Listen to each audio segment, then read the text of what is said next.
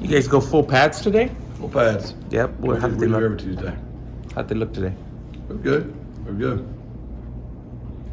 Jeff, with JT's absence, does that change anything for Josh Cephas and Jakari Franklin and what their responsibilities are? No, it doesn't. Just Tacky and Chris Carper got to come on.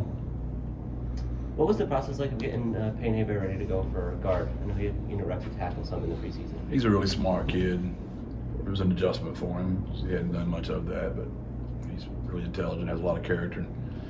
You know, sometimes in life you don't know what you got till it's gone, right? And you miss that much football. And he was really excited about being here. And you could have told Payne you had to stand on his head and play guard, and he just done it. He's just so glad to be out there.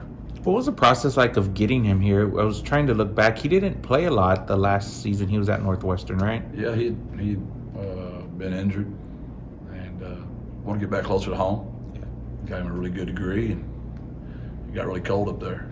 It's a lot warmer down here. Is there anything special about him that allows him to translate his skills to guard, or can most tackles probably do that in a pinch? You just got to be heavier and stronger to go down in there. Where a tackle, you got to be a little more agile. You know, so he did well. He went in and scrapped, competed against some heavy people. So it was a tough load for him, but he really played well. You know, it's scary because you got a new one. He's not new. Walker's still fairly new out there at left tackle, but Maka's really good about communicating up there. Nick Booker-Brown came up with a critical sack at the end of the game there against UAB. You know, what have you seen from his development and how he's come along this year? He just continues to get better. You know, he's a free-spirited young man that we're trying to teach him to be more and more disciplined. But he has all the natural ability you could ever have. He's quick off the ball. He's got great hands. He's powerful. We just, you know, got to keep working on, like all of us men in life, you know, the smaller things, the details. Once he gets there, he can be as good as any of them. It seemed like on that play, like your defense was still kind of making a switch, and he wasn't even like all the way sat down in his stance. Was basically coming from a standing position. Was that particularly impressive? Were you surprised he could generate some pressure that way? No, he's a natural athlete. So, yeah, we didn't get the call and probably quick enough. But we don't have any pressures where we're standing up, so I'd have to go back and look at it. Jeff, what is this? You mentioned the North Texas offense yesterday. Talk about their quarterback a little and what he does well. Did you say North Texas? I'm sorry. What a culture pillar violation. What do we even do, man? I mean, That's still a year away. what I was wondering though, like, I thought he's pretty loyal to the program. Yeah, La Tech. I read La Tech. Was he trying to get me? Or do you think he just wanted me? I don't know. JJ's pretty slick. I've never seen him make a mistake like that. The La Tech, offense and quarterback. When we do that, JJ, that means we got too much offense in or too much defense in. So you got too much going on in your life right now, JJ. La Tech, big arm. Kid's really talented. He came from Texas Tech. He can make every throw. You watch him in pregame, you'll be like, yeesh, he's that guy. And what also helps is those three receivers he's throwing it to, that tight end he's throwing it to, the good running back he's got. He got a good play caller. I mean, Sonny's been doing this for a long time. He's coordinated TCU, coordinated Texas Tech. Got to be the head coach there those last 7 games. Took him to a bowl victory. So I've known Sonny forever, and he does a really good job with those guys. They do some cool stuff on offense. They're fun to watch, unless you're playing against them. Yeah. So their record may not be all that, but are they better over the course of this season? We're kind of learning the Sonny way that maybe they were in the They've been scoring since the beginning. They've been scoring all year. They've been really good on offense. That hasn't been the problem. They played a really tough schedule. I mean, you know, Clemson, Missouri, South Alabama. I mean, those aren't slacks now. Those are real good teams. So it's a little misleading, but I know statistically, by this time of year, those things give you some information. It's not like it's the end all. I mean, I know how Greg believes in all analytics, but I mean, it's not the end all be all. But it does let you know what you're facing in their top 20 offense.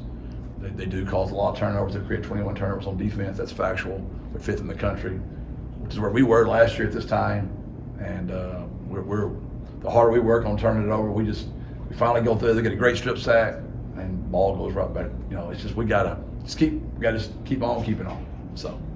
Jeff, you mentioned yesterday Kevin Davis had maybe the best game that you've seen in a couple years with him. What was different, or what did you notice? He's just continuing to get better. I think he's in shape. You know, I think the UAB, he's been here a long time. He knows those guys are bullies. They take great pride in intimidating people and doing the extra. And we just finally have arrived enough that, you know, we feel like we're that guy too. And I think he really enjoyed just being that guy. Jeff, what happened to Kelechi, and what's his outlook for this week? He's getting better. It was just one of those things. It's not serious, but it's just something we were being smart. We had Ken up, and Kelechi could have played, but it was just smarter to hold him out, which we did with a few of our guys, to try to get them ready for the stretch run. How was communication in the secondary with Kelechi and Rashad both not out there? There were some times we struggled. You know, it's happened so fast. I mean, Rashad went down, and Kelechi went down, so that's just a lot pretty quick. So we struggled at times, no doubt. How would you describe what you have in Barnes, coach, in your running back field? He's a great human, first of all. Where do you hit him? I mean, he's just a bowling ball. Got great agility, great power. We can just get him to quit stepping on the out of bounds line by about an inch. You know, he'll have him a couple of long touchdown runs. So we're working on that right now.